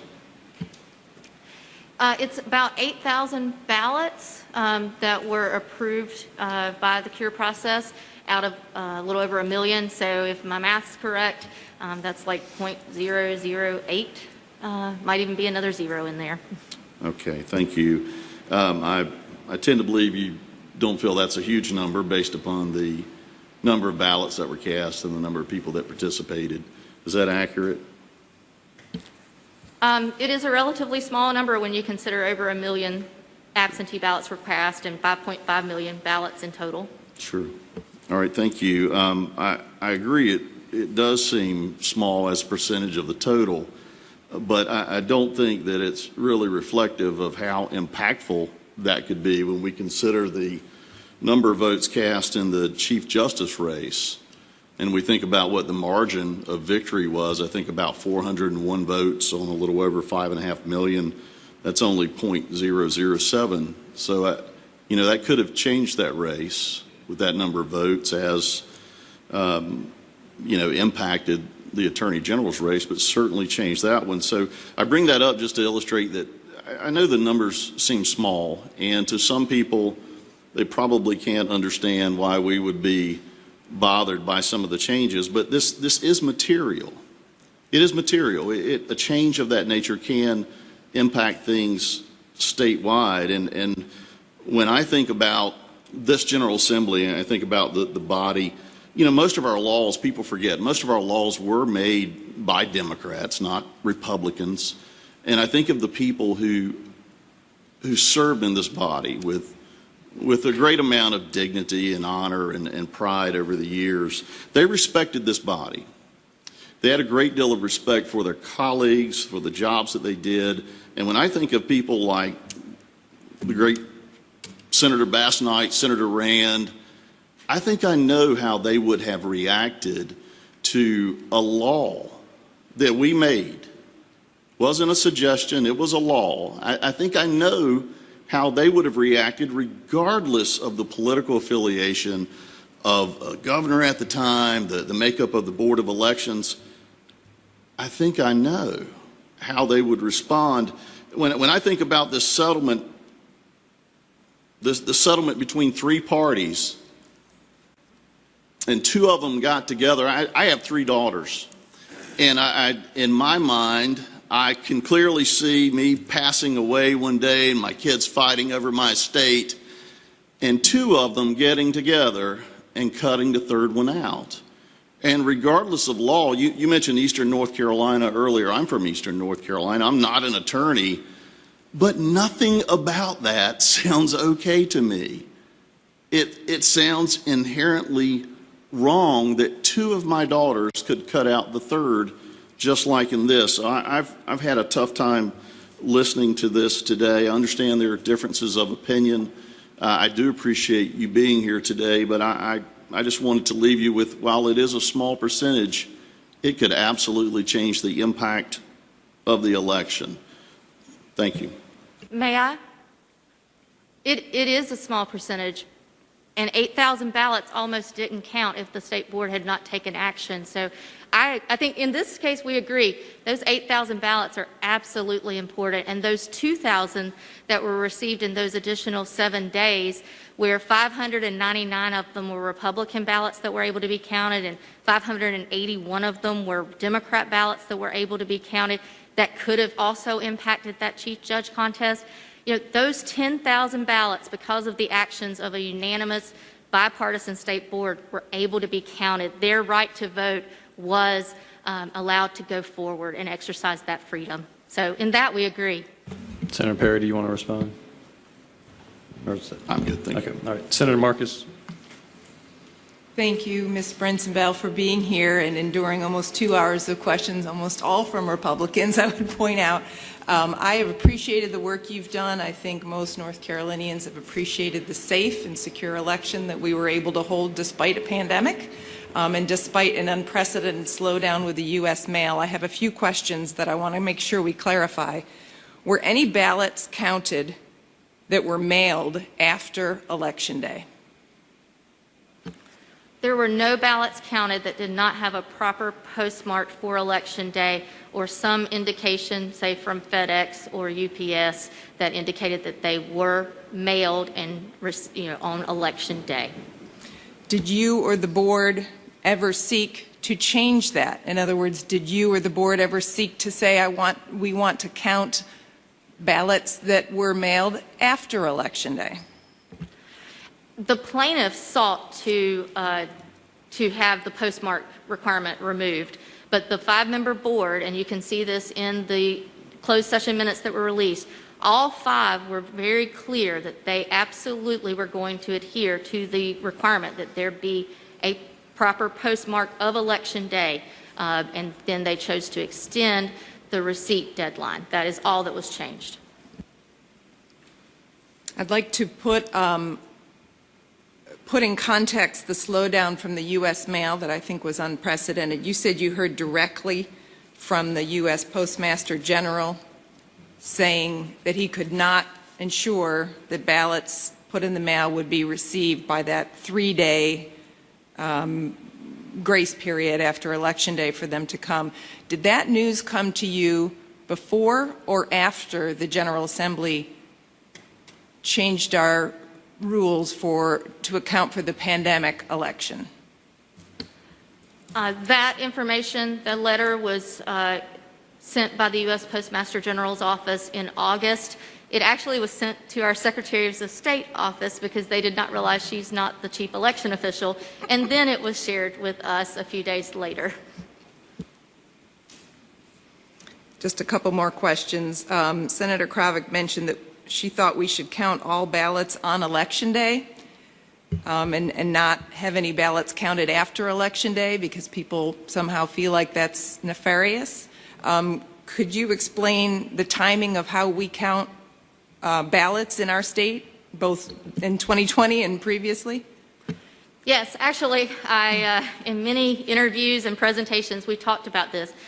Because of North Carolina law, we were uniquely positioned to be able to post unofficial results on election night for, I believe it was about 98%, maybe 99% of our ballots, because the provision within our law says that the county boards of elections will meet in advance of Election Day. That was even extended in that bipartisan bill to 5 weeks, and they are able to consider and process the absentee ballots. So we were able to upload the results of the absentee ballots on election night. We do that at the close of polls.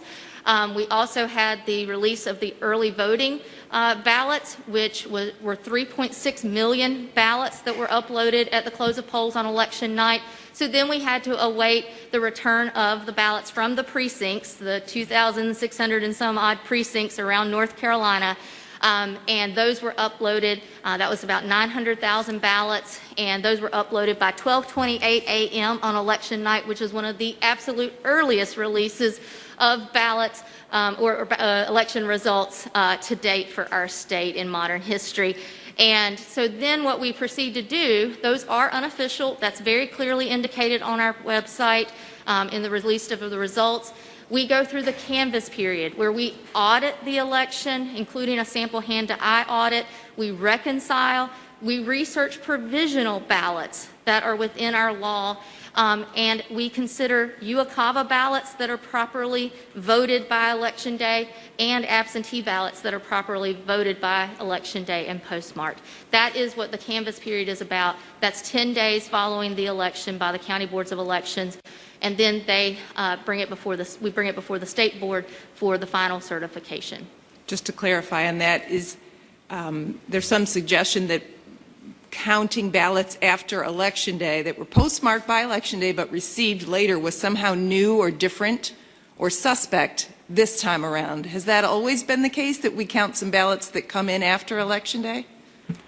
That is correct. That has been a procedure, a process in North Carolina. That is why we have canvass, or part of why we have canvass, so that we can consider provisional ballots, which are often voters who went to the wrong precinct.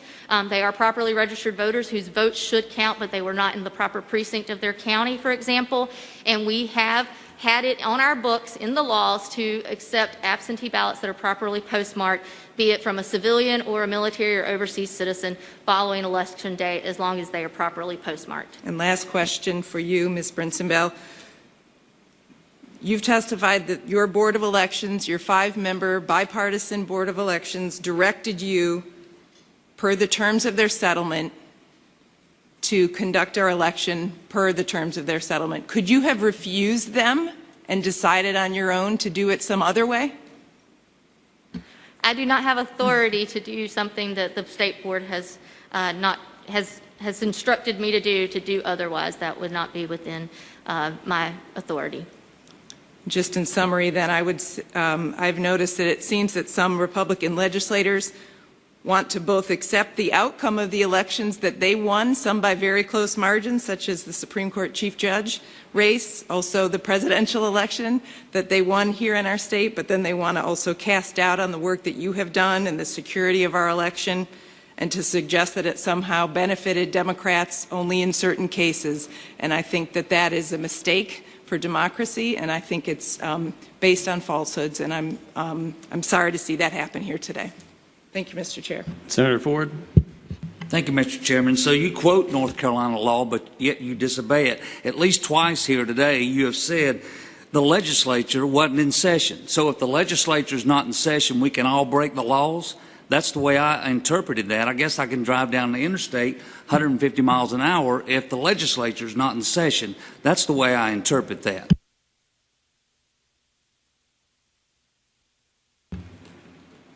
Is that the way you interpret it? That's what you said. I'm sorry. The question is whether the state board should be, that I was asked repeatedly, was whether the state board or myself changed the law. And I said that, the consideration was within the law because the board has the ability to settle litigation that goes before a court for approval. We have a disagreement as to whether the state board changed the law or perhaps it was the court who changed the law, but it could not go before the legislature for any changes of law because the legislature was not in session.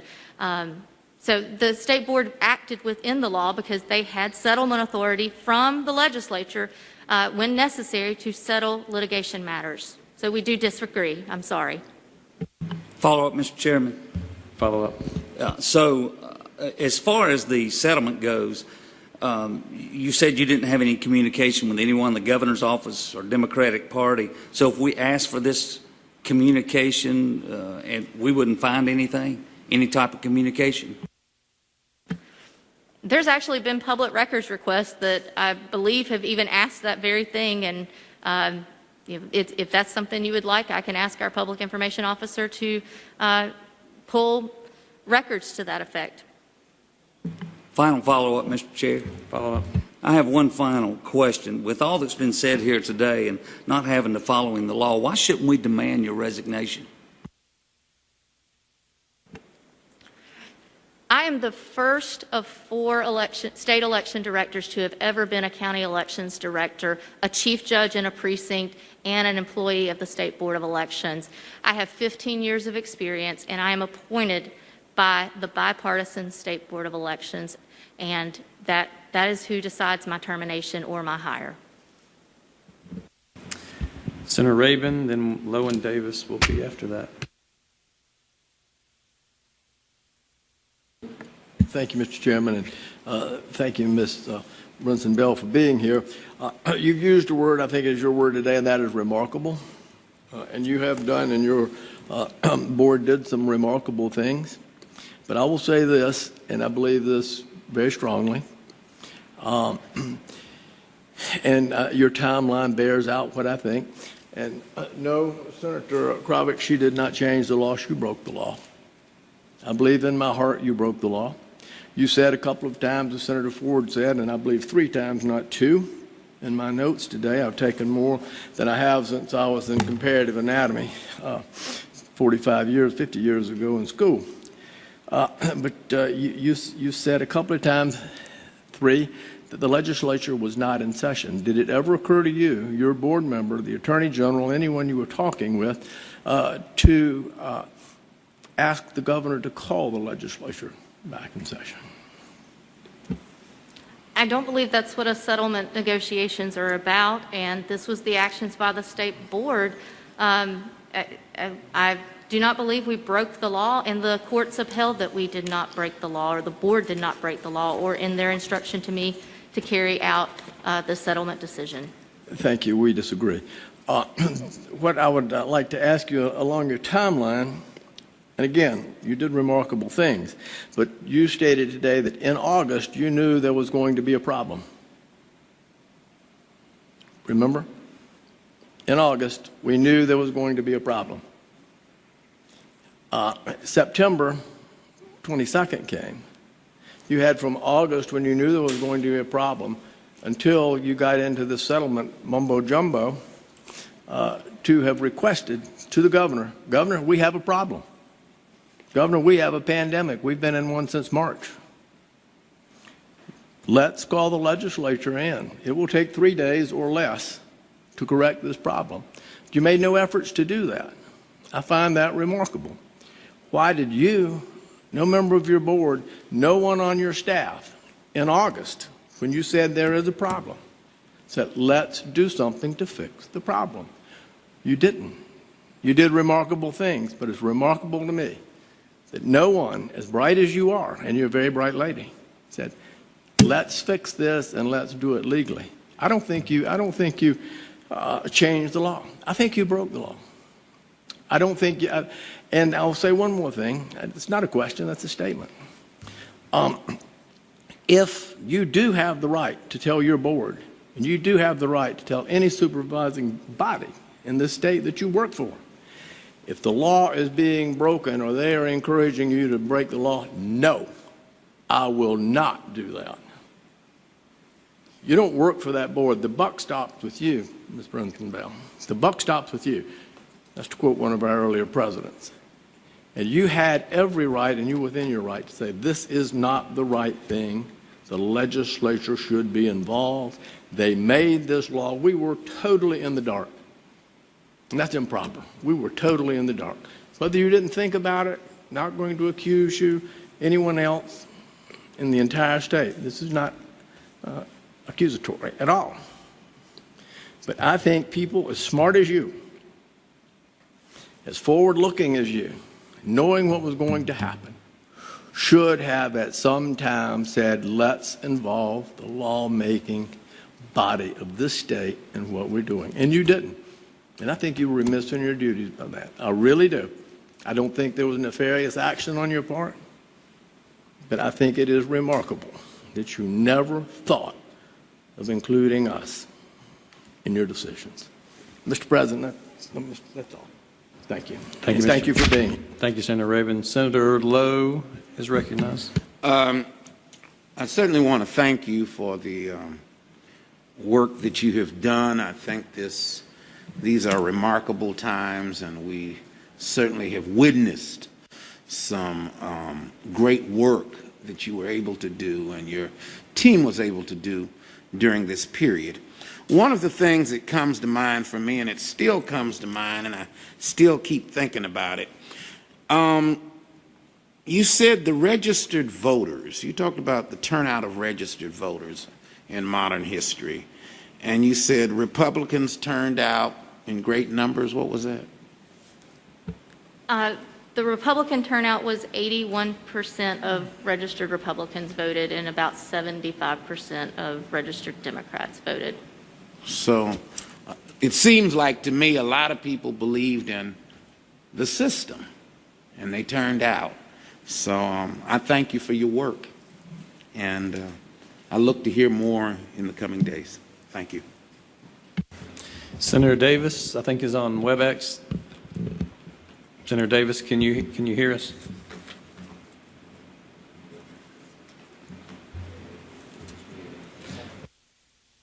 Unmute your microphone, Senator Davis.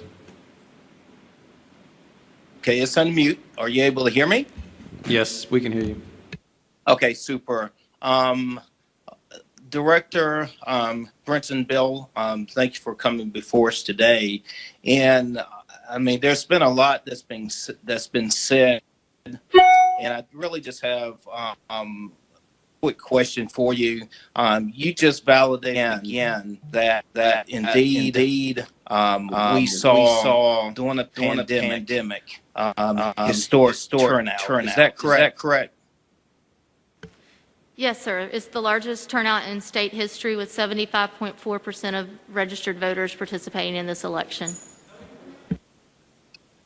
And to follow up to that, my question is, part of what got us here is we are operating in extremely difficult times. And I believe that during these difficult times, there's been a lot of steps that we've taken to protect our residents. And nevertheless, we found ourselves, because we had an obligation to have an election. And my question to you, Director Brinson-Bell, is can you speak more to the fact in terms of what happened regarding protecting the voters with over 5 million votes cast, and specifically with COVID. I think you said earlier, maybe during the recount there may have been more exposures, but I really would like for you to elaborate a little bit more about COVID.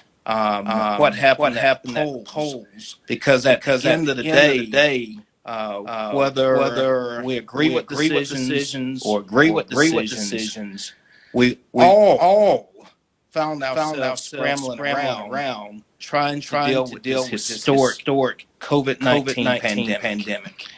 So if you could speak towards that, I would appreciate it. Thank you, Senator Davis.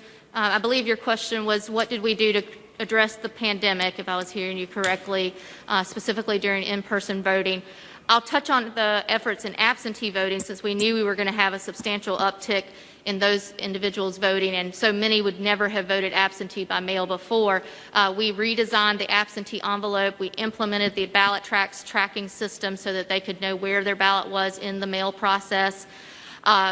In terms of the overall communication with voters, we revamped in 4 months, which was a very unexpected time frame to be able to pull that off. We revamped our entire website to be more user-friendly. We implemented the UACAV, the Military and Overseas Citizens online voting, electronic voting system. We implemented the absentee by mail request form online, which had over, I believe, over 400 individuals who completed their request online. We also worked with our state emergency management and provided PPE to all of the counties. They did not have to procure the majority of their PPE through their CARES Act funds. They were able to apply that to polling places and other efforts within their county offices. So the face shields, the masks, every voter had the opportunity to have a mask when they entered the polling place, be that a one-stop site, which there were 471 of those, the most in our state history, or the over 2,600 polling places. There were masks available, a single-use pen for every voter, hand sanitizer by the gallons. We also had face shields for for the one-stop workers and the election day workers, as well as masks for them and protective shields at their check-in stations and so forth. There was constant sanitizing that was taking place. Gloves were provided. Social distancing was enforced. The counties used a lot of their CARES Act funds to find facilities that could accommodate social distancing, and also a larger number of voting booths so that they could be cleaned routinely and not be used by one voter after another. It was substantial, and the county boards had to take actions within their own offices to protect themselves, to protect those 30,000 poll workers who volunteered or agreed to work because they too were being exposed to the public and the potential. We had multi-partisan assistance teams that were going into care facilities and were limited in their ability to assist voters needing assistance in care facilities with their absentee ballots, so we had to take precautions there. And you're correct, following the election, because of the nature of a recount and the audit processes that we go through, that means that they have to work in bipartisan teams and we're more closely together, and therefore they had to, we were increasing the risk of exposure in many of the county offices contracted COVID-19. Of note, before the election, on the very... Director Brinson-Bell, I appreciate all that response to Senator Davis's question, but we are going to have to vacate the room, so I'm going to go ahead and recognize my co-chair, Senator Newton, for his final comments. All right, thank you, Mr. Chair, and I want to close quickly here, but I want to recognize our Sergeant-at-Arms that have been here today serving us: Michael Cavanis, John Enlow, Dwight Green, Cherie Hedrick, and Francis Patterson. Thank you for being here today. And members, Director Brinson-Bell and members of the public, thank you for being here today. We all now have a clearer understanding of the concerns of many of the members of this body and of how Director Brinson-Bell, perhaps erroneously but clearly sincerely, responds to those concerns. I do want to suggest, from what I've heard about being proud of the record turnout, that you have the wrong metric for success. Your administration, quite frankly, didn't turn votes out. But what your administration did in the secret settlement you entered into is it eroded confidence after the fact. So people were wondering whether their vote counted. They voted, yes, they came out in record numbers to vote, but what you're missing here is that the conduct that you undertook erodes the confidence North Carolinians have in the entire process and in whether their vote counted. So I'm going to ask you to really think about that, and I think the conduct of the settling parties here appears to have been motivated by a no-holds-barred effort. I'm not saying it was successful, but an effort to secure partisan advantage in the way the election would be administered. And the fact that it wasn't successful or may not have been successful is beside the point. and it does not remove or limit the imperative we have to ensure that such conduct never happens again. But thank you for being here. Thanks for spending so much time with us today. Thank you. This meeting is adjourned.